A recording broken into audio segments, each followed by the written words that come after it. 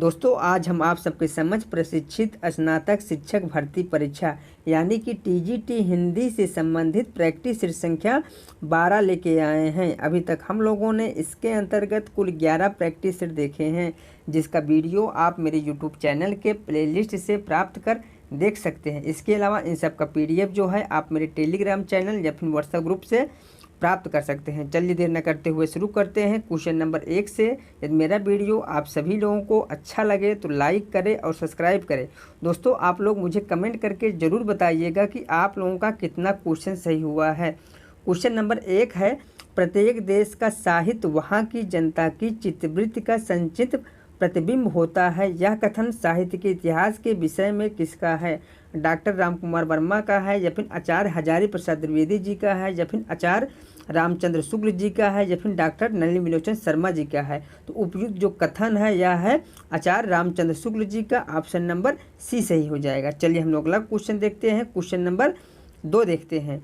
आधुनिक हिंदी साहित्य की प्रवृत्तियाँ शीर्षक से किसने हिंदी साहित्य का इतिहास लिखा है? नंद दुलारे वाजपेयी जी ने लिखा है या फिर अज्ञेय जी ने लिखा है या फिर डॉक्टर गणपत चंद्र गुप्त जी ने लिखा है या फिर डॉक्टर नामवर सिंह जी ने लिखा है? तो आधुनिक हिंदी साहित्य की प्रवृत्तियाँ शीर्षक से हिंदी साहित्य का इतिहास जिसने लिखा है वह है doctor Namvar Singh. Option number D सही हो जाएगा। चलिए हम लोग अगला क्वेश्चन देखते हैं। क्वेश्चन नंबर 3 देखते हैं।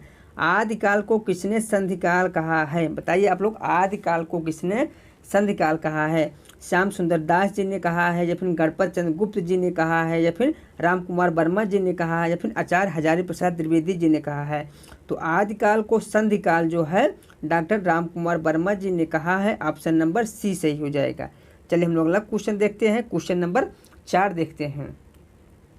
श्रावकाचार किसकी रचना है? बताइए लोग, श्रावकाचार जो है किसकी रचना है? देवसेन की रचना है या फिर शालिभद्र सूरी की रचना है या फिर जिनदत्त सूरी की रचना है या फिर राम सिंह की रचना है? तो श्रावकाचार के जो रचनाकार है वह है जैन आचार्य देवसेन। ऑप्शन नंबर ए हो जाएगा।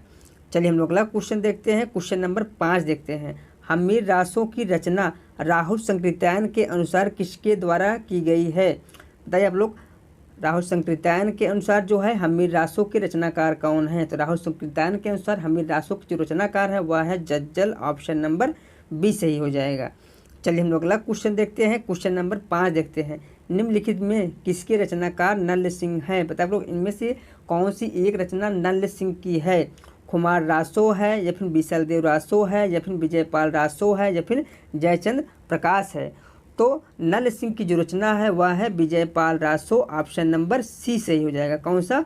ऑप्शन नंबर सी सही हो जाएगा। जबकि खुमार रासो के जो रचनाकार है वह कौन है? वह है दलपत विजय। जबकि विशाल देव रासो के जो रचनाकार है वह है कौन? नरपत नाल। जबकि जयचंद प्रकाश के जो रचनाकार है वह है केदार भट्ट। चलिए हम लोग अगला क्वेश्चन देखते हैं। क्वेश्चन नंबर 7 देखते हैं। देसिल बैना सब जन मिठा ते तैसन जम पंक्ति है अमीर खुसरो की है, विद्यापति की है या फिर सरहपा की है या फिर सबरपा की है? तो उपयुक्त जो काव्य पंक्ति है यह है विद्यापति का। ऑप्शन नंबर बी सही हो जाएगा। चलिए हम लोग अगला क्वेश्चन देखते हैं। क्वेश्चन नंबर 10 देखते हैं। मिश्र बंधुओं में कौन एक शामिल नहीं है वह हमें बताना है? बताए आप लोग, मिश्र बंधुओं के अंतर्गत कौन शामिल नहीं है? कृष्ण बिहारी मिश्र शामिल नहीं है या फिर गणेश बिहारी मिश्र नहीं शामिल है या फिर श्याम बिहारी मिश्र नहीं शामिल है या फिर सुखदेव बिहारी मिश्र नहीं शामिल है? तो मिश्र बंधुओं के अंतर सुखदेव बिहारी मिश्र आते हैं, श्याम बिहारी मिश्र आते हैं, जबकि गणेश बिहारी मिश्र आते हैं, जबकि जो है कृष्ण बिहारी मिश्र जो हैं मिश्र बंधुओं के अंतर्गत नहीं आते हैं। इसलिए ऑप्शन नंबर इसमें ए सही हो जाएगा। चलिए हम लोग अगला क्वेश्चन नंबर 9 है। पृथ्वीराज रासो की शैली किस प्रकार की है? बताइए आप लोग, पृथ्वीराज रासो की जो शैली है वह किस प्रकार की है?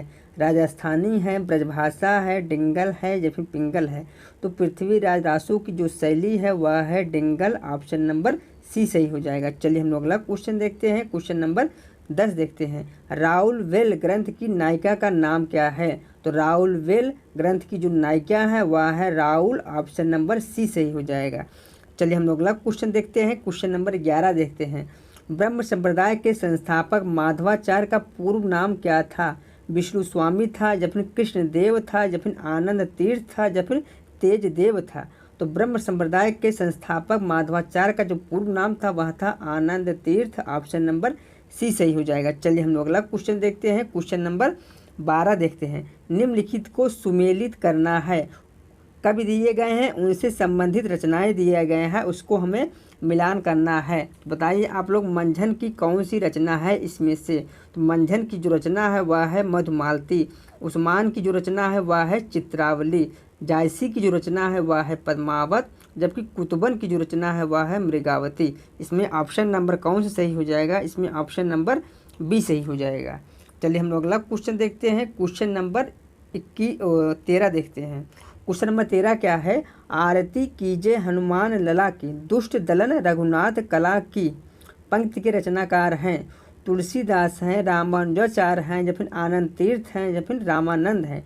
तो उपयुक्त का पंक्ति के जो रचनाकार हैं वह है रामानंद। ऑप्शन नंबर डी सही हो जाएगा। चलिए हम लोग अगला क्वेश्चन देखते हैं। क्वेश्चन नंबर 14 देखते हैं। निम्नलिखित में मलिक मोहम्मद जायसी का निवास स्थान कहाँ पर स्थित है? बताइए आप लोग, मलिक मोहम्मद जायसी का जो निवास स्थान है वह कहाँ है? इटावा है, वाराणसी है, लखनऊ है, या फिर अमेठी है? तो मलिक मोहम्मद जायसी का जो निवास स्थान है वह है अमेठी के निकट जायस नामक स्थान पर। ऑप्शन नंबर डी सही हो जाएगा। चलिए हम लोग अगला क्वेश्चन देखते हैं। क्वेश्चन नंबर 15 देखते हैं। शेष महेश गणेश दिनेश सुरेशहु जाहि निरंतर गावे। पंक्ति किस कवि द्वारा रचित है? सूरदास का है, नंददास का है, परमानंद दास का है, या फिर रसखान का है? तो उपयुक्त जो काव्य पंक्ति है यह है रसखान का। ऑप्शन नंबर डी सही हो जाएगा। चलिए हम लोग अगला क्वेश्चन देखते हैं। क्वेश्चन नंबर 16 देखते हैं। क्वेश्चन नंबर 16 क्या है? गोद लिए हुलसी फिरे तुलसी से सुत होय। पंक्ति किस कवि की है? तुलसीदास की है, रहीम दास की है, या फिर नंद दास की है, या फिर केशव दास की है? तो गोद लिए हुलसी फिरे तुलसी सो सुत होय, पंक्ति की जो रचनाकार है वह है रहीम दास। ऑप्शन नंबर बी सही हो जाएगा। चलिए हम लोग अगला क्वेश्चन देख। क्वेश्चन नंबर 17 है। निम्नलिखित में से कौन सी एक रचना सुमेलित नहीं है वह हमें बताना है? तो हनुमान नाटक जो है हृदय राम की रचना है, यह सही है। अंगद पैज जो है ईश्वर दास की रचना है, यह भी सही है। अवध विलास जो है लाल दास की रचना है, यह भी सही है।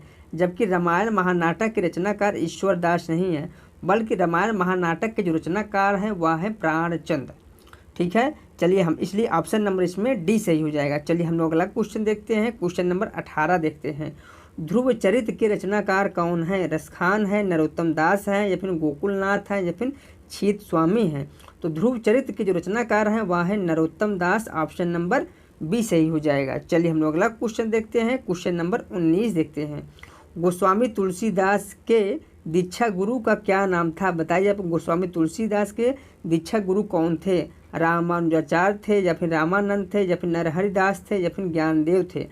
तो तुलसीदास के जो दीक्षा गुरु थे वह थे नरहरिदास। ऑप्शन नंबर सी सही हो जाएगा। चलिए हम लोग अगला क्वेश्चन देखते हैं। क्वेश्चन नंबर 20 देखते हैं।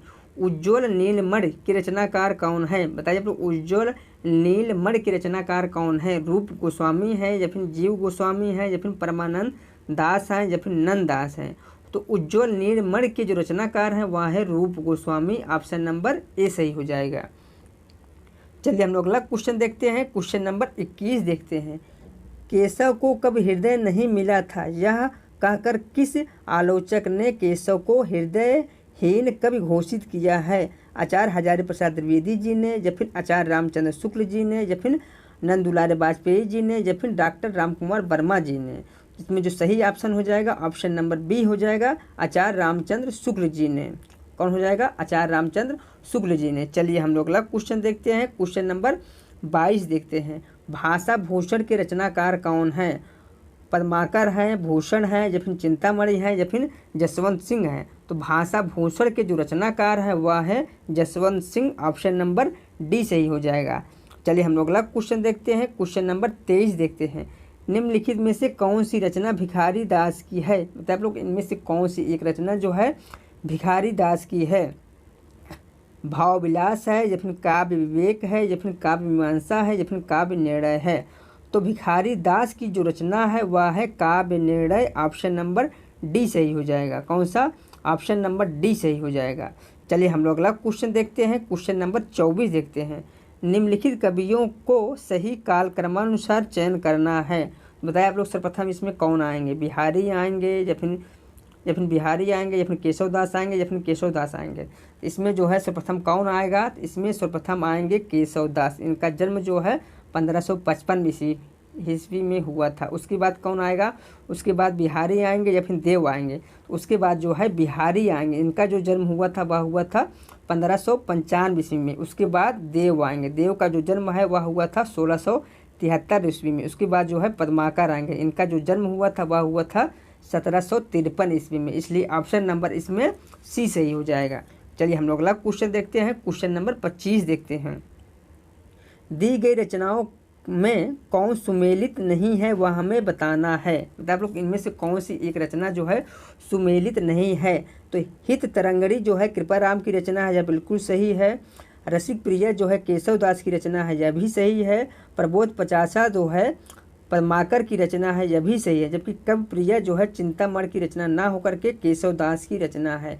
कवि प्रिय किसकी रचना है? तो कवि प्रिय जो है केशव दास की रचना है। इसलिए ऑप्शन नंबर इसमें सी सही हो जाएगा। चलिए हम लोग अगला क्वेश्चन देखते हैं। क्वेश्चन नंबर 26 देखते हैं। रसकेल वल्ली किस कवि की रचना है? बताइए आप लोग, रसकेल वल्ली जो है किस कवि की रचना है? पद्माकर की है, घनानंद की है, या फिर ठाकुर की है, या फिर सूदन की है? इसमें जो ऑप्शन सही हो जाएगा, रसकेल वल्ली के रचनाकार जो है वह है घनानंद। ऑप्शन नंबर बी सही हो जाएगा। चलिए हम लोग अगला क्वेश्चन देखते हैं। क्वेश्चन नंबर 27 देखते हैं। क्वेश्चन नंबर 27 क्या है? दिए गए कथनों में अनुचित कथन का चयन करना है। बताइए आप लोग इनमें से कौन सा एक कथन जो है गलत है? बिहारी सतसई श्रृंगार प्रधान रचना है, यह बिल्कुल सही है। बिहारी सतसई में कल्पना की समाहार शक्ति है, यह भी सही है। बिहारी सतसई में 713 दोहे हैं, यह भी सही है। जबकि बिहारी सतसई की रचना जो है राजा जयचंद के आग्रह पर नहीं की गई है। इसलिए ऑप्शन नंबर इसमें ए सही हो जाएगा। चलिए हम लोग अगला क्वेश्चन नंबर 28 है। हिंदी साहित्य के किस आलोचक ने रीतकालीन साहित्य में सर्वत्र गृहस्थिक प्रेम की गंध की खोज की है? आचार्य शुक्ल जी ने, या फिर हजारी प्रसाद द्विवेदी जी ने, या फिर डॉक्टर नागेंद्र ने, या फिर डॉक्टर रामविलास शर्मा जी ने? तो इसमें जो सही ऑप्शन हो जाएगा ऑप्शन नंबर सी हो जाएगा, डॉक्टर नागेंद्र जी ने। चलिए हम लोग अगला क्वेश्चन देखते हैं। क्वेश्चन नंबर 29 देखते हैं। धन्य भूमि भारत सब रत्नन की उपजावन काव्यपंक्ति के रचनाकार कौन हैं? प्रताप नारायण मिश्र हैं, भारतेंदु हरिश्चंद्र हैं, या फिर बद्री नारायण चौधरी प्रेमघन है, या फिर अंबिका दास व्यास हैं? तो उपयुक्त काव्यपंक्ति के जो रचनाकार हैं वह है Badri Narayan Chaudhary Premghan. Option number C सही हो जाएगा। चलिए हम लोग अगला क्वेश्चन देखते हैं। क्वेश्चन नंबर 30 देखते हैं। बद्री नारायण चौधरी प्रेमघन उर्दू में किस नाम से कविता लिखते थे? नियाज नाम से, या फिर अफताब नाम से, या फिर रसा नाम से, या फिर अब्र नाम से? तो बद्री नारायण चौधरी प्रेमघन जो है उर्दू में अब्र नाम से कविताएं लिखते थे। ऑप्शन नंबर डी सही हो जाएगा। चलिए हम लोग अगला क्वेश्चन देखते हैं। क्वेश्चन नंबर 31 है। भारतेंदु हरिश्चंद्र के विषय में कौन सा कथन सत्य नहीं है वह हमें बताना है? उन्होंने देशभक्ति के साथ साथ राजभक्ति को भी अपने काव्य का वड़ विषय बनाया, यह कथन जो है सही है। वे नवयुग के अग्रदूत और हिंदी साहित्य में आधुनिकता के जन्मदाता थे, यह भी कथन सही है उनके विषय में। उन्होंने भारतीय जीवन की समस्त बुराइयों की निंदा कर उसे स्वस्थ एवं प्रशस्त बनाने की चेष्टा की, यह भी कथन उनके विषय में सही है। जबकि गद्य तथा पद्य दोनों में ही उन्होंने खड़ी बोली हिंदी का व्यवहार किया, यह जो है उनके विषय में कथन सही नहीं है। इसलिए ऑप्शन नंबर बी सही हो जाएगा। चलिए हम लोग अगला क्वेश्चन देखते हैं। क्वेश्चन नंबर 32 देखते हैं। क्वेश्चन नंबर 32 क्या है? निम्नलिखित में से कौन से इतिहासकार भारतेंदु मंडल से संबंधित नहीं है? बता लो इनमें से कौन से एक रचनाकार जो है भारतेंदु मंडल में शामिल नहीं थे? राधा चरण गोस्वामी थे, या फिर प्रताप नारायण मिश्र थे, या फिर बालकृष्ण भट्ट थे, या फिर राधा कृष्ण शर्मा थे? तो भारतेंदु मंडल के जो सदस्य नहीं थे वह थे Radha Krishna Sharma. Option number D सही हो जाएगा। चलिए हम लोग अगला क्वेश्चन देखते हैं। क्वेश्चन नंबर 33 देखते हैं। यह आँख बड़ी बला है, इसका आना जाना उठना बैठना सब बुरा है, यह किसने लिखा है? पंडित बद्री नारायण चौधरी ने, या फिर लाला श्रीनिवास दास ने, या फिर प्रताप नारायण मिश्र ने, या फिर बालकृष्ण भट्ट ने? तो यह जो है इसमें जो ऑप्शन सही हो जाएगा ऑप्शन नंबर डी हो जाएगा, बालकृष्ण भट्ट। कौन? बालकृष्ण भट्ट। चलिए हम लोग अगला क्वेश्चन देखते हैं। क्वेश्चन नंबर 34 देखते हैं। निम्न में कौन सी रचना श्रीधर पाठक की नहीं है? बताइए आप लोग, इनमें से कौन सी एक रचना जो है श्रीधर पाठक की नहीं है? जार्ज वंदना नहीं है, या फिर बाल विधवा नहीं है, या फिर भारतोत्थान नहीं है, या फिर पद्म प्रसून नहीं है। तो इसमें से श्रीधर पाठक की जो रचना नहीं है वह है पद्म प्रसून। ऑप्शन नंबर डी सही हो जाएगा। पद्म प्रसून किसकी रचना है? तो यह है अयोध्या सिंह उपाध्याय की रचना है। बाकी तीनों रचनाएं जो हैं श्रीधर पाठक की है। चलिए हम लोग अगला क्वेश्चन देखते हैं। क्वेश्चन नंबर 35 देखते हैं। अयोध्या सिंह उपाध्याय हरिऔध के महाकाव्य प्रिय प्रवास में सर्गों की संख्या कितनी है? बताइए आप लोग, प्रिय प्रवास में सर्गों की संख्या जो है कितनी है? 21 है, 22 है, 17 है, या फिर 15 है? तो प्रिय प्रवास में जो है सर्गों की संख्या जो है 17 है। ऑप्शन नंबर सी सही हो जाएगा। चलिए हम लोग अगला क्वेश्चन देखते हैं। क्वेश्चन नंबर 36 देखते हैं। त्रिशूल किस रचनाकार का उपनाम है? बताइए आप लोग, त्रिशूल जो है किस रचनाकार का उपनाम है? राम नरेश त्रिपाठी का है, या फिर सुमित्रा नंदन पंत का है, या फिर रामधारी सिंह दिनकर का है, या फिर गया प्रसाद शुक्ल स्नेही का है? इसमें जो ऑप्शन सही हो जाएगा, त्रिशूल जो उपनाम है यह है गया प्रसाद शुक्ल स्नेही का। ऑप्शन नंबर डी सही हो जाएगा। चलिए हम लोग अगला क्वेश्चन नंबर 37 है। हिंडोला किसकी रचना है? रत्नाकर की रचना है, या फिर पद्माकर की रचना है, या फिर जयशंकर प्रसाद की रचना है, या फिर सुमित्रा नंदन पंत की रचना है? तो हिंडोला जो रचना है यह है जगन्नाथ दास रत्नाकर का। ऑप्शन नंबर ए सही हो जाएगा। चलिए हम लोग अगला क्वेश्चन देखते हैं। यही पशु प्रवृत्ति है कि आप ही चरे, यह प्रसिद्ध काव्य पंक्ति किस कवि द्वारा रचित है? गया प्रसाद शुक्ल स्नेही के द्वारा, या फिर मैथिली शरण गुप्त के द्वारा, या फिर माखनलाल चतुर्वेदी के द्वारा, या फिर राम नरेश त्रिपाठी के द्वारा? यह जो प्रसिद्ध पंक्ति है यह है मैथिली शरण गुप्त का। ऑप्शन नंबर बी सही हो जाएगा। चलिए हम लोग अगला क्वेश्चन देखते हैं। क्वेश्चन नंबर 39 देखते हैं। रचना काल की दृष्टि से एक व्यवस्थित क्रम है, उसे हमें बताना है। बताइए आप लोग, इनमें से कौन सी रचना का रचना काल जो समय है वह सर्वप्रथम है? साकेत का है, या फिर यशोधरा का है, या फिर साकेत का है, या फिर द्वापर का है? इसमें से जो सर्वप्रथम रचना काल का जो समय है वह है साकेत का, उसके बाद यशोधरा का है, उसके बाद द्वापर का है, उसके बाद जय भारत का है। इसलिए ऑप्शन नंबर ए सही हो जाएगा। ये सभी रचनाएं जो है मैथिली शरण गुप्त की हैं। चलिए हम लोग अगला क्वेश्चन देखते हैं। क्वेश्चन नंबर 40 देखते हैं।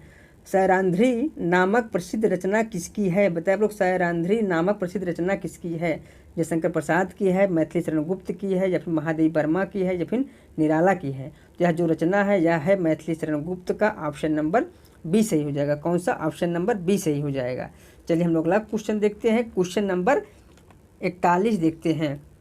इनमें से कौन सा कवि जो है द्विवेदी युग से संबंधित है? गया प्रसाद शुक्ल स्नेही है, या फिर जसवंत सिंह है, या फिर राधा कृष्ण दास है, या फिर प्रेमघन है? तो जो द्विवेदी युग का जो कवि है वह है गया प्रसाद शुक्ल स्नेही। ऑप्शन नंबर ए सही हो जाएगा। राधा कृष्ण दास प्रेमघन जो है भारतीय युग के कवि हैं, जबकि जसवंत सिंह जो है रीत काल के कवि हैं। चलिए हम लोग अगला क्वेश्चन देखते हैं। क्वेश्चन नंबर 42 देखते हैं। जागो फिर एक बार कविता के रचनाकार कौन है? दिनकर है, माखनलाल चतुर्वेदी हैं, या फिर गणेश शंकर विद्यार्थी हैं, या फिर निराला हैं? तो जागो फिर एक बार कविता के जो रचनाकार हैं वह है Suryakant Tripathi Nirala. Option number D सही हो जाएगा। चलिए हम लोग अगला क्वेश्चन देखते हैं। क्वेश्चन नंबर 43 देखते हैं। मिलन यामिनी किसकी रचना है? बताइए आप लोग, मिलन यामिनी किसकी रचना है? हरिवंश राय बच्चन की है, पंत की है, या फिर जयशंकर प्रसाद की है, या फिर महादेवी वर्मा की है? तो मिलन यामिनी जो है हरिवंश राय बच्चन की रचना है। ऑप्शन नंबर ए सही हो जाएगा। चलिए हम लोग अगला क्वेश्चन देखते हैं। क्वेश्चन नंबर 44 देखते हैं।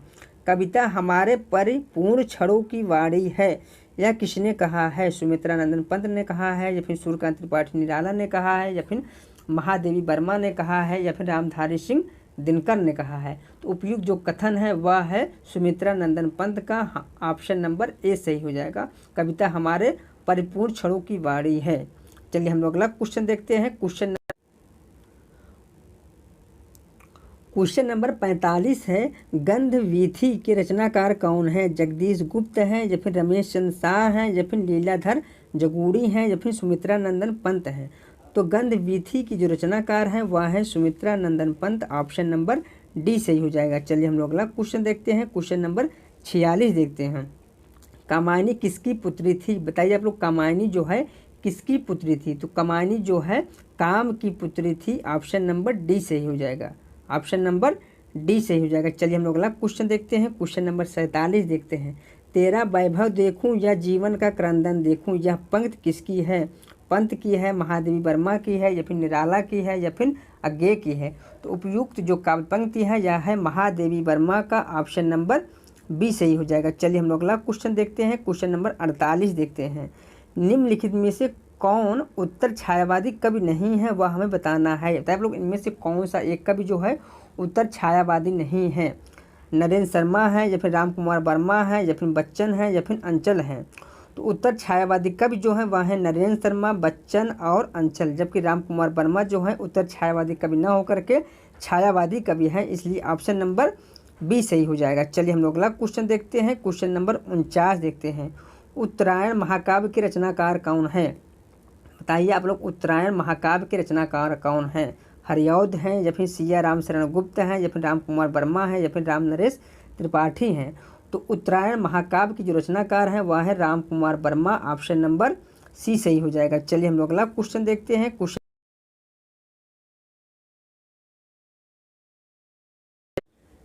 इनमें से कौन सी रचना नागार्जुन की नहीं है? तो बताइए आप लोग इनमें से कौन सी एक रचना जो है नागार्जुन की नहीं है? कला और बूढ़ा चाँद है, या फिर प्रेत की बयान है, या फिर चंदना है, या फिर पाषाणी है? तो कला और बूढ़ा चाँद जो है सुमित्रा नंदन पंत की रचना है, इसलिए ऑप्शन नंबर इसमें ए सही हो जाएगा। बाकी तीनों रचनाएं जो हैं किसकी हैं? नागार्जुन की है। चलिए हम लोग अगला क्वेश्चन देखते हैं। क्वेश्चन नंबर 51 देखते हैं। तार सप्ताह का प्रकाशन किस वर्ष हुआ? 1940 ईस्वी में, या फिर 1943 ईस्वी में, या फिर 1953 ईस्वी में, या फिर 1934 ईस्वी में? तो तार सप्ताह का जो प्रकाशन है वह 1943 ईस्वी में हुआ। ऑप्शन नंबर बी सही हो जाएगा। चलिए हम लोग अगला क्वेश्चन देखते हैं। क्वेश्चन नंबर 52 देखते हैं। सतपुरा के जंगल किसकी रचना है? भवानी प्रसाद मिश्र की है, या फिर शमशेर बहादुर सिंह की है, या फिर कन्हैयालाल मिश्र प्रभाकर की है, या फिर गिरिजा कुमार माथुर की है? तो सतपुरा के जंगल जो है भवानी प्रसाद मिश्र की रचना है। ऑप्शन नंबर ए सही हो जाएगा। चलिए हम लोग अगला क्वेश्चन देखते हैं। क्वेश्चन नंबर 53 देखते हैं। नई कविता नाम किसके द्वारा दिया गया है? अज्ञे के द्वारा, या फिर मुक्तिबोध के द्वारा, या फिर मलयज के द्वारा, या फिर शमशेर बहादुर सिंह के द्वारा? तो नई कविता जो नाम है अज्ञे के जी के द्वारा दिया गया है, इसलिए ऑप्शन नंबर इसमें ए सही हो जाएगा। चलिए हम लोग अगला क्वेश्चन देखते हैं। क्वेश्चन नंबर 54 देखते हैं। सन 1800 ईस्वी में फोर्ट विलियम कॉलेज की स्थापना किसने की? बताइए आप लोग 1800 ईस्वी में फोर्ट विलियम कॉलेज की स्थापना जो है किसने किया था? सदल मिश्र ने किया था, या फिर लल्लू लाल ने किया था, या फिर बैलेजली ने किया था, या फिर गिलक्राइस्ट ने किया था? तो फोर्ट विलियम कॉलेज की स्थापना जो है मार्कविस बैलेजली ने किया था। ऑप्शन नंबर सी सही हो जाएगा। चलिए हम लोग अगला क्वेश्चन देखते हैं। क्वेश्चन नंबर 55 देखते हैं। कलि कौतुक रूपक नामक रचना किसने की? बाल मुकुंद गुप्त ने, या फिर बालकृष्ण भट्ट ने, या फिर भारतेंदु हरिश्चंद्र ने, या फिर प्रताप नारायण मिश्र ने? तो कलि कौतुक रूपक नामक रचना जो है प्रताप नारायण मिश्र जी ने किया। ऑप्शन नंबर डी सही हो जाएगा। चलिए हम लोग अगला क्वेश्चन देखते हैं। क्वेश्चन नंबर 56 देखते हैं। कोणार्क नामक नाटक किसने लिखा? बताइए आप लोग कोणार्क नामक नाटक जो है किसका है? मोहन राकेश का है, या फिर जगदीश चंद्र माथुर का है, या फिर विष्णु प्रभाकर का है, या फिर उपेंद्र नाथ अश्क का है? तो कोणार्क जो नाटक है यह है जगदीश चंद्र माथुर का। ऑप्शन नंबर बी सही हो जाएगा। चलिए हम लोग अगला क्वेश्चन देखते हैं। क्वेश्चन नंबर 57 देखते हैं। मुंशी प्रेमचंद लिखित करबला किस विधा की रचना है? उपन्यास विधा की रचना है, निबंध विधा की रचना है, या फिर कहानी विधा की रचना है, या फिर नाटक विधा की रचना है? तो मुंशी प्रेमचंद लिखित करबला जो है नाटक विधा की रचना है। ऑप्शन नंबर डी सही हो जाएगा। चलिए हम लोग अगला क्वेश्चन देखते हैं। क्वेश्चन नंबर 58 देखते हैं। निम्नलिखित में से कौन सा नाटक लाला श्रीनिवास का नहीं है? बताइए आप लोग इनमें से कौन सी एक रचना जो है लाला श्रीनिवास दास का नहीं है? तप्ता संवरण है, या फिर संयोगिता स्वयंवर है, या फिर उत्तर प्रियदर्शी है, या फिर रणधीर प्रेम मोहिनी है? तो लाला श्रीनिवास दास की जो रचना नहीं है वह है उत्तर प्रियदर्शी। ऑप्शन नंबर सी सही हो जाएगा। यह जो रचना है यह अज्ञेय का काव्य नाटक है, उत्तर प्रियदर्शी। चलिए हम लोग अगला क्वेश्चन देखते हैं। क्वेश्चन नंबर 59 देखते हैं। स्वर की झलक एकांकी के रचनाकार कौन है? लक्ष्मी नारायण लाल हैं, या फिर भुवनेश्वर हैं, या फिर उपेंद्र नाथ अश्क हैं, या फिर राम कुमार वर्मा है? तो स्वर्ग की झलक एकांकी की जो रचनाकार हैं वह हैं उपेंद्र नाथ अश्क। ऑप्शन नंबर सी सही हो जाएगा। चलिए हम लोग अगला क्वेश्चन देखते हैं। क्वेश्चन नंबर 60 देखते हैं। मिस्टर अभिमन्यु किसका नाटक है? लक्ष्मी नारायण भारद्वाज का है, या फिर लक्ष्मी नारायण लाल का है, या फिर मोहन राकेश का है, या फिर जगदीश चंद्र माथुर का है? तो मिस्टर अभिमन्यु जो नाटक है यह है लक्ष्मी नारायण लाल का। ऑप्शन नंबर बी सही हो जाएगा। चलिए हम लोग अगला क्वेश्चन देखते हैं। क्वेश्चन नंबर 61 देखते हैं। नाटक में कितने रसों का परिपाक माना जाता है? 2, 10, 4 या फिर 8? तो नाटक में जो है 8 रसों का परिपाक माना जाता है, इसलिए ऑप्शन नंबर इसमें डी सही हो जाएगा। चलिए हम लोग अगला क्वेश्चन देखते हैं। क्वेश्चन नंबर 62 देखते हैं। सेवा सदन का प्रकाशन कब हुआ था? 1908 में, या फिर 1930 में, या फिर 1935 में, या फिर 1918 ईस्वी में? तो सेवा सदन का प्रकाशन जो है 1918 ईस्वी में हुआ था। ऑप्शन नंबर डी सही हो जाएगा। कौन सा? ऑप्शन नंबर डी सही हो जाएगा। चलिए हम लोग अगला क्वेश्चन, दोस्तों आप लोग मुझे कमेंट करके बताइएगा कि सेवा सदन जो है किसकी रचना है और किस विधा की रचना है। चलिए हम लोग अगला क्वेश्चन देखते हैं। क्वेश्चन नंबर 63 देखते हैं। उसने कहा था कहानी के लेखक कौन है? आप लोग उसने कहा था किसकी कहानी है? राम वृक्ष बेनीपुरी की कहानी है, या फिर चंद्रधर शर्मा गुलेरी की कहानी है, या फिर वृंदावन लाल वर्मा की कहानी है, या फिर यशपाल की कहानी है? तो उसने कहा था जो है चंद्रधर शर्मा गुलेरी की कहानी है। ऑप्शन नंबर बी सही हो जाएगा। चलिए हम लोग अगला क्वेश्चन देखते हैं। क्वेश्चन नंबर 64 देखते हैं। विचित्र जीवन था इनका, घर में 2-4 बर्तन के सिवाय कोई संपत्ति नहीं, फटे चिथड़ों से अपनी नग्नता को ढके जाते थे, संसार की चिंताओं से मुक्त, कर्ज से लदे। यह कथन किस कहानी से उद्धृत है? तो यह कथन जो है किस कहानी से उद्धृत है? पूस की रात से, कफन से, या फिर पंच परमेश्वर से, या फिर बड़े घर की बेटी से? तो यह जो कहानी जिस कहानी से उद्धृत है वह है कफन। ऑप्शन नंबर बी सही हो जाएगा। चलिए हम लोग अगला क्वेश्चन देखते हैं। क्वेश्चन नंबर 65 देखते हैं। कर्मनाशा की हार किसकी कहानी संग्रह है? बताइए आप लोग, कर्मनाशा की हार जो है किसकी कहानी संग्रह है? ज्ञान रंजन की है, या फिर धर्मवीर भारती की है, या फिर शिव प्रसाद सिंह की है, या फिर मार्कंडेय की है? तो कर्मनाशा की हार जो कहानी संग्रह है यह है शिव प्रसाद सिंह का। ऑप्शन नंबर सी सही हो जाएगा। चलिए हम लोग अगला क्वेश्चन देखते हैं। क्वेश्चन नंबर 66 देखते हैं। ठिठुरता हुआ गणतंत्र किसकी रचना है? बताइए आप लोग, ठिठुरता हुआ गणतंत्र किसकी रचना है? हजारी प्रसाद द्विवेदी का है, या फिर भगवती चरण वर्मा का है, या फिर शरद जोशी का है, या फिर हरिशंकर परसाई का है? तो ठिठुरता हुआ गणतंत्र जो है हरिशंकर परसाई की रचना है। ऑप्शन नंबर डी सही हो जाएगा। चलिए हम लोग अगला क्वेश्चन देखते हैं। क्वेश्चन नंबर 67 देखते हैं। रसज्ञ रंजन किसका निबंध संकलन है?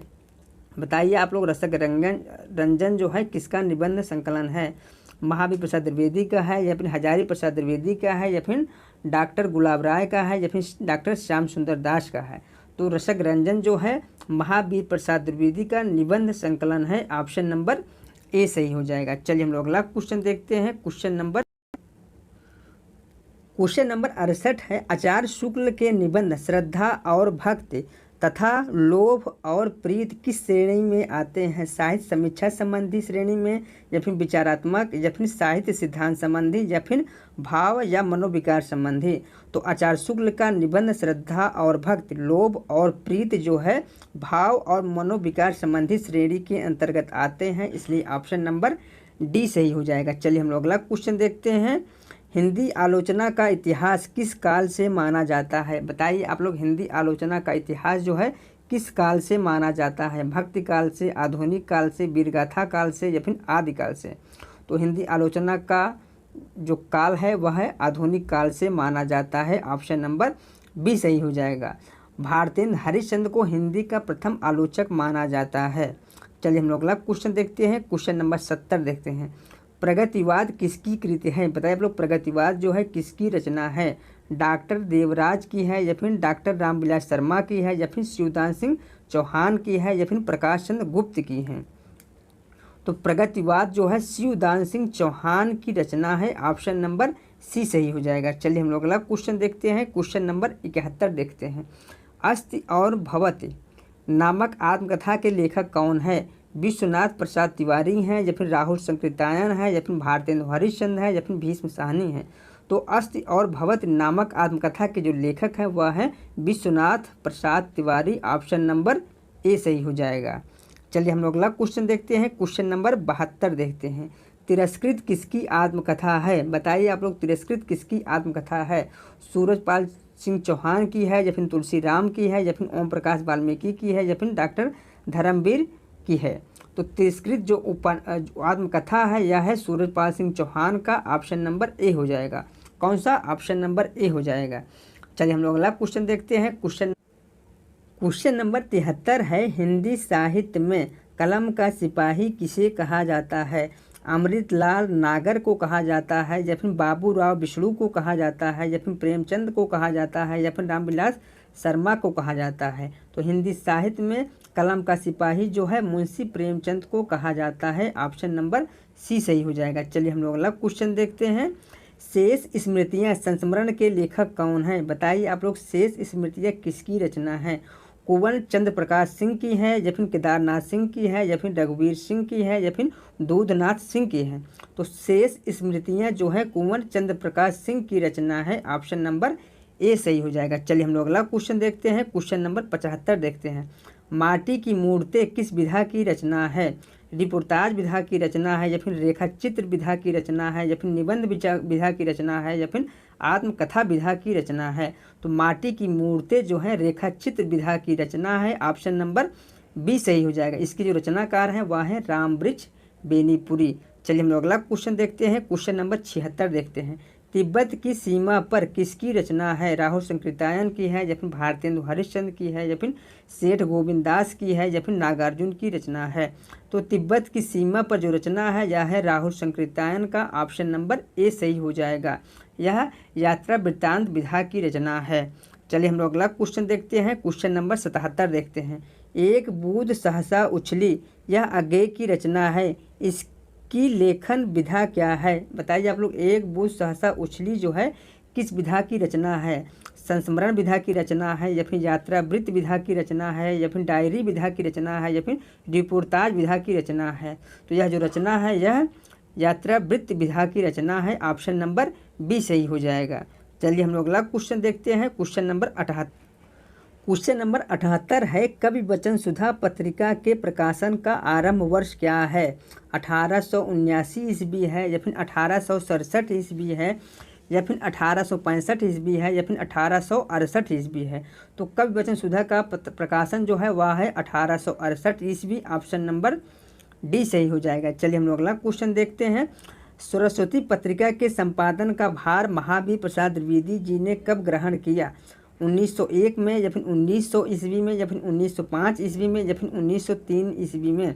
तो सरस्वती पत्रिका का कार्यभार जो है महावीर प्रसाद द्विवेदी जी ने सन 1903 ईस्वी में संभाला। ऑप्शन नंबर डी हो जाएगा। चलिए हम लोग अगला क्वेश्चन देखते हैं। क्वेश्चन नंबर 80 देखते हैं। निम्नलिखित में से किस आचार्य ने काव्य गुणों की संख्या 10 मानी है? भोजराज ने, क्षेमेंद्र ने या फिर वामन ने या फिर भरतमुनि ने? तो भरतमुनि ने काव्य गुणों की संख्या 10 मानी है। ऑप्शन नंबर डी सही हो जाएगा। कौन सा? ऑप्शन नंबर डी सही हो जाएगा। भरतमुनि को संस्कृत काव्य शास्त्र का प्रथम आचार्य माना जाता है। चलिए हम लोग अगला क्वेश्चन देखते हैं। क्वेश्चन नंबर 81 देखते हैं। वाक्य रसात्मक काव्यम कथन किस आचार्य का है? विश्वनाथ का है या फिर भरतमुनि का है या फिर दंडी का है या फिर वामन का है? तो वाक्य रसात्मक काव्यम यह जो कथन है यह है विश्वनाथ का। ऑप्शन नंबर ए सही हो जाएगा। चलिए हम लोग अगला क्वेश्चन देखते हैं। क्वेश्चन नंबर 82 देखते हैं। काव्यालंकार सूत्र किसकी रचना है? भामा की है या फिर वामन की है या फिर रुद्रट की है या फिर शंकु की है? तो काव्यालंकार सूत्र जो रचना है यह है वामन का। ऑप्शन नंबर बी सही हो जाएगा। चलिए हम लोग अगला क्वेश्चन देखते हैं। क्वेश्चन नंबर 83 देखते हैं। शब्द की शक्तियाँ कितने प्रकार की होती हैं? बताइए आप लोग, शब्द की शक्तियाँ जो है कितने प्रकार की होती है? 5 प्रकार की होती हैं, 6 प्रकार की होती हैं, 2 प्रकार की होती हैं या फिर 3 प्रकार की होती हैं? तो शब्द की शक्तियाँ जो है 3 प्रकार की होती हैं। ऑप्शन नंबर डी सही हो जाएगा। कौन कौन सा है? अभिधा है, लक्षणा है और व्यंजना है। चलिए हम लोग अगला क्वेश्चन देखते हैं। क्वेश्चन नंबर 84 देखते हैं। ओज गुण का संबंध किस रस से है? बताइए आप लोग, ओज गुण का संबंध जो है किस रस से है? रौद्र रस से है, श्रृंगार रस से है, करुण रस से है या फिर शांत रस से है? तो ओज गुण का जो संबंध है वह है रौद्र रस से। ऑप्शन नंबर ए सही हो जाएगा। चलिए हम लोग अगला क्वेश्चन देखते हैं। क्वेश्चन नंबर 85 देखते हैं। वेशभूषा से जो भाव प्रदर्शित किए जाते हैं उन्हें क्या कहते हैं? कायिक कहते हैं, या फिर मानसिक कहते हैं, या फिर सात्विक कहते हैं, या फिर आहार कहते हैं? तो वेशभूषा से जो भाव प्रदर्शित किए जाते हैं उसे आहार्य कहते हैं। ऑप्शन नंबर डी सही हो जाएगा। चलिए हम लोग अगला क्वेश्चन देखते हैं। क्वेश्चन नंबर 86 देखते हैं। गीतिका छंद के एक चरण में कितनी मात्राएं होती हैं? बताइए आप लोग, गीतिका छंद के एक चरण में कितनी मात्राएं होती हैं? 24 होती हैं, 22 होती हैं, 26 होती हैं, या फिर 28 होती हैं? तो इसमें जो ऑप्शन सही हो जाएगा, गीतिका छंद के एक चरण में 26 मात्राएं होती हैं। ऑप्शन नंबर सी सही हो जाएगा। चलिए हम लोग अगला क्वेश्चन देखते हैं। क्वेश्चन नंबर 87 देखते हैं।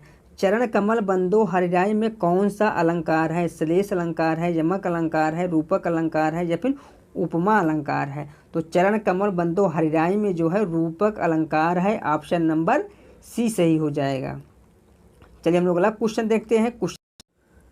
क्वेश्चन नंबर 88 है। उकार बहुला बोली किसे माना जाता है? छत्तीसगढ़ी को माना जाता है, भोजपुरी को माना जाता है, या फिर बाघेली को माना जाता है, या फिर अवधी को माना जाता है? तो उकार बहुला बोली जो है अवधी को माना जाता है। ऑप्शन नंबर डी सही हो जाएगा। जबकि भोजपुरी इकार बहुला बोली है। चलिए हम लोग अगला क्वेश्चन देखते हैं। किसे स्वरध्वनि के प्रकारों में शामिल किया जाता है? हास्व को, दीर्घ को, या फिर प्लुत को, या फिर उपयुक्त सभी को? तो हास्व, दीर्घ और प्लुत स्वरध्वनि के प्रकार हैं, इसलिए ऑप्शन नंबर डी सही हो जाएगा। चलिए हम लोग अगला क्वेश्चन देखते हैं। क्वेश्चन नंबर 90 देखते हैं। बांगरू बोली किस उपभाषा वर्ग के अंतर्गत आती है? पूर्वी हिंदी, या फिर पश्चिमी हिंदी, या फिर राजस्थानी हिंदी, या फिर बिहारी हिंदी? तो बांगरू बोली जो है पश्चिमी हिंदी उपभाषा वर्ग के अंतर्गत आता है, इसलिए ऑप्शन नंबर बी सही हो जाएगा। चलिए हम लोग अगला क्वेश्चन देखते हैं। क्वेश्चन नंबर 91 देखते हैं। मेरो सब पुरुषारथ थाको किस भाषा की पंक्ति है? ब्रज भाषा की, भोजपुरी की, या फिर मैथिली की, या फिर अवधी की? तो मेरो सब पुरुषारथ थाको जिस भाषा की पंक्ति है वह है ब्रजभाषा की। ऑप्शन नंबर ए सही हो जाएगा। चलिए हम लोग अगला क्वेश्चन देखते हैं। क्वेश्चन नंबर 92 देखते हैं। सिंधी भाषा का जन्म किस अभ्रंश से हुआ है? ब्राचड़ अभ्रंश से, या फिर मागधी अभ्रंश से, या फिर अर्धमागधी अभ्रंश से, या फिर सौरसेनी अभ्रंश से? तो सिंधी भाषा का जो जन्म है वह ब्राचड़ अभ्रंश से हुआ है। ऑप्शन नंबर ए सही हो जाएगा। चलिए हम लोग अगला क्वेश्चन देखते हैं। क्वेश्चन नंबर 93 देखते हैं। निम्नलिखित भाषाओं का एक सही अनुक्रम है, उसे हमें बताना है। तो बताइए आप लोग, इनमें से किस भाषा का विकास जो है सर्वप्रथम हुआ? अभ्रंश भाषा का विकास हुआ, या फिर प्राकृत भाषा का विकास सर्वप्रथम हुआ, या फिर पाली भाषा का, या फिर प्राकृत भाषा का? तो जिस भाषा का विकास जो है सर्वप्रथम हुआ वह था पाली, उसके बाद प्राकृत, उसके बाद अभ्रंश, उसके बाद अवहट्ट भाषा का विकास हुआ, इसलिए ऑप्शन नंबर सी सही हो जाएगा। चलिए हम लोग अगला क्वेश्चन देखते हैं। क्वेश्चन नंबर 94 देखते हैं। संविधान की किस अनुसूची का संबंध भाषाओं से है? बताइए आप लोग, संविधान की किस अनुसूची का जो संबंध है वह भाषाओं से है?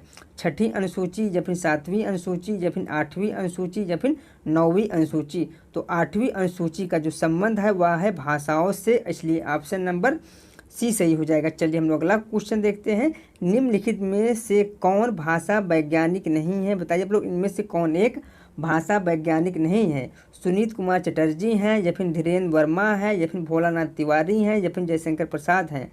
तो जयशंकर प्रसाद जो है भाषा वैज्ञानिक नहीं है, इसलिए ऑप्शन नंबर डी सही हो जाएगा। बाकी तीनों जो है भाषा वैज्ञानिक हैं।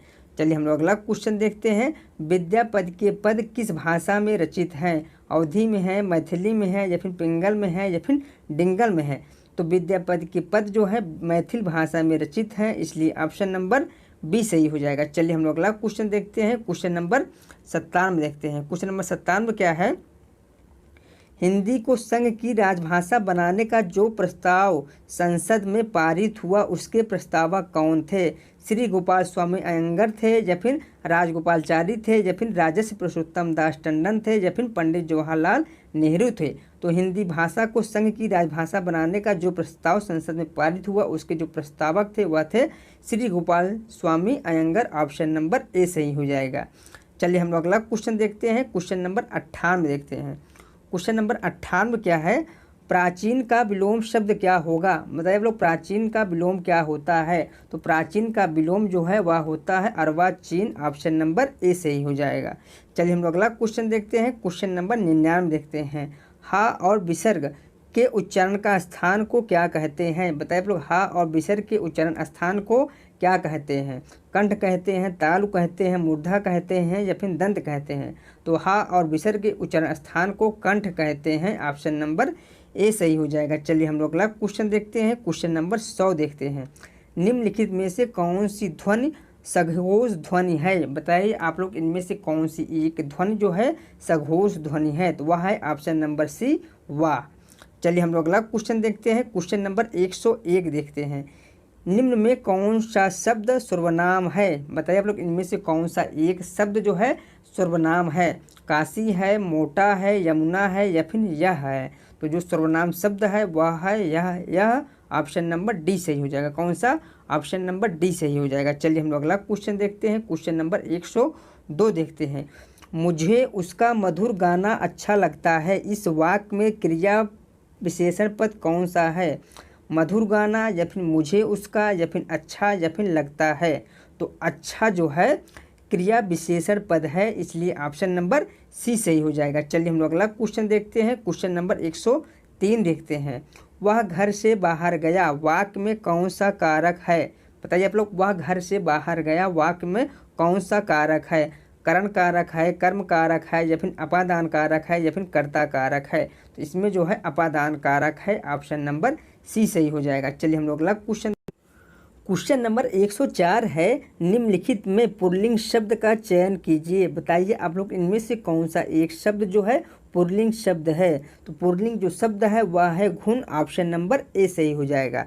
चलिए हम लोग अगला क्वेश्चन देखते हैं। क्वेश्चन नंबर 105 देखते हैं। दूह प्लस राज का संधि क्या होगा? बताइए आप लोग, दूह प्लस राज का संधि क्या होगा? तो दूह प्लस राज का जो संधि होगा वह होगा दुराज। ऑप्शन नंबर ए सही हो जाएगा। चलिए हम लोग अगला क्वेश्चन देखते हैं। क्वेश्चन नंबर 106 देखते हैं। मात्रा स्वर को क्या कहते हैं? वर्ण कहते हैं, रूप कहते हैं, शब्द कहते हैं या फिर समरूप कहते हैं? तो मात्रा स्वर को समरूप कहते हैं। ऑप्शन नंबर डी सही हो जाएगा। चलिए हम लोग अगला क्वेश्चन देखते हैं। निम्नलिखित में सही वर्तनी वाला शब्द कौन सा है, उसे हमें बताना है। बताइए आप लोग, इनमें से कौन सा एक जो है सही वर्तनी वाला शब्द है? तो सही वर्तनी वाला जो शब्द है वह है प्रज्वलित। ऑप्शन नंबर ए सही हो जाएगा। चलिए हम लोग अगला क्वेश्चन देखते हैं। क्वेश्चन नंबर 108 देखते हैं। अच्छे लड़के परिश्रमी होते हैं, यह कैसा वाक्य है? उपवाक्य है, मिश्र वाक्य है, संयुक्त वाक्य है या फिर सरल वाक्य है? तो अच्छे लड़के परिश्रमी होते हैं यह सरल वाक्य है। ऑप्शन नंबर डी हो जाएगा। चलिए हम लोग अगला क्वेश्चन देखते हैं। क्वेश्चन नंबर 109 देखते हैं। समुद्र की अग्नि को क्या कहा जाता है? बताइए आप लोग, समुद्र की अग्नि को क्या कहा जाता है? तो समुद्र की अग्नि को बड़वाग्नि कहा जाता है। ऑप्शन नंबर सी सही हो जाएगा। चलिए हम लोग अगला क्वेश्चन देखते हैं। क्वेश्चन नंबर 110 देखते हैं। नकली वेश में रहने वाले व्यक्ति को क्या कहा जाता है? बताइए आप लोग, नकली वेश में रहने वाले व्यक्ति को क्या कहा जाता है? तो नकली वेश में रहने वाले व्यक्ति को छद्मवेशी कहा जाता है। ऑप्शन नंबर डी सही हो जाएगा। चलिए हम लोग अगला क्वेश्चन देखते हैं। क्वेश्चन नंबर 111 देखते हैं। भई गति साप छछुंदर केरी लोकोक्ति का क्या अर्थ है? दुविधा में पड़ जाना या फिर सांप और छछुंदर जैसा होना या फिर सांप का छछुंदर जैसा होना या फिर छछुंदर का सांप होना? इसमें जो ऑप्शन सही हो जाएगा, भाई गति साप छछुंदर केरी लोकोक्ति का जो अर्थ होता है वह होता है दुविधा में पड़ जाना। ऑप्शन नंबर ए सही हो जाएगा। चलिए हम लोग अगला क्वेश्चन देखते हैं। क्वेश्चन नंबर 112 देखते हैं।